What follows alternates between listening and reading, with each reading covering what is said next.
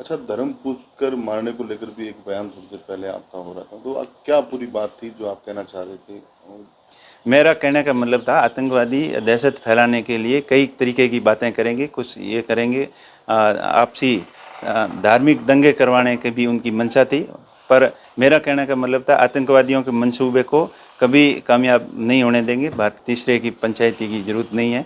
और जब हमने सोशल मीडिया के माध्यम से देखा था कि बीच में ट्रंप का कोई ट्वीट वगैरह आया और उसके बाद में सीज़ फायर का जो ऐलान हुआ है। सर, भारत पाकिस्तान के बीच जो तनाव चल रहा है, आप बॉर्डर के इलाकों में जा रहे हैं, किस तरह की प्रक्रिया लोगों के बीच आ रही है और क्या अपील आप भी आम जन से करते हैं? और सेना ने बड़ी ही वीरता के साथ पाकिस्तान में कई आतंकी ठिकानों को ध्वस्त किया है, तो ऐसे में क्या कहना चाहिए? देखिए, पहलगाम घटना के बाद में पूरे क्षेत्र के लोगों में बड़ा रोष था कि आतंकवाद को सबक सिखाना चाहिए। और वैसे लोग यहाँ क्षेत्र के लोग बड़े निडर हैं, साहसी हैं, उन्होंने कई युद्ध देखे हैं। और जब युद्ध के समय सेना का भरपूर लोगों ने साथ दिया, चाहे दुश्मन के दांत खट्टे करने के लिए सेना अग्रिम पंक्ति में थी और पीछे से यहाँ के क्षेत्र के लोग हर तरीके से सपोर्टिव थे। और अब भी लोगों के अंदर वही जोश है जो पुराना जोश है। पुराने लोग अभी पुरानी यादें ताज़ा करवाते हैं। जब क्षेत्र में जाते हैं तो लोगों से बात करते हैं तो पुराने युद्ध की बातें वो करते हैं, तो उनसे उनका ये महसूस होता है कि यहाँ के लोग बहुत ही साहसी हैं, निडर हैं, धैर्यवान हैं और किसी भी परिस्थिति से निपटने के लिए तैयार हैं। अच्छा सर, सीज फायर हो गया, उसके ठीक 3 घंटे बाद सीज फायर का उल्लंघन, तो क्या मानते हैं इसका अंदेशा कहीं न कहीं था कि पाकिस्तान ये चीज़ करेगा? देखिए, सीज़ फायर होना ही चाहिए था। भारत हमेशा कभी लड़ाई के अंदर ये नहीं रखता कि लड़ाई होनी चाहिए। अपन हमेशा शांति प्रिय रहा है, शांति चाहता है। और जब दुश्मन बार बार उकसाता है तो जवाबी कार्रवाई करनी लाजिम थी और अच्छी कार्रवाई हुई। भारतीय सेनाओं ने डटकर मुकाबला किया। जो आतंकवादियों का मंसूबा था कि धर्म के नाम पर, जाति के नाम पर देश लोगों को भड़काना, उनको मार काट करना, दहशत फैलाना, वो अपने मंसूबों पे कभी कामयाब नहीं होंगे, क्योंकि भारत के लोग समझदार हैं, मजबूत हैं और हर एक्टिविटी का जवाब देने के लिए तैयार हैं। और सेना हमारी आतंकवादियों की गतिविधि को नस्तानाबूद करने के लिए तत्पर तैयार है।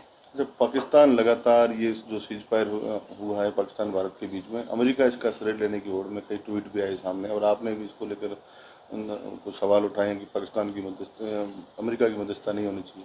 देखिए, ये कश्मीर का मुद्दा है, द्विपक्षीय मुद्दा रहा है। भारत और पाकिस्तान हमेशा आपस में बैठ के बात चल रही, इसमें तीसरे की पंचायती की ज़रूरत नहीं है।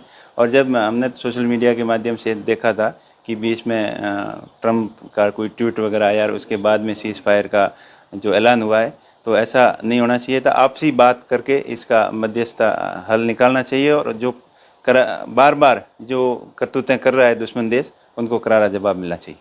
अच्छा, धर्म पूछकर मारने को लेकर भी एक बयान थोड़ी देर पहले आपका हो रहा था, तो क्या पूरी बात थी जो आप कहना चाह रहे थे?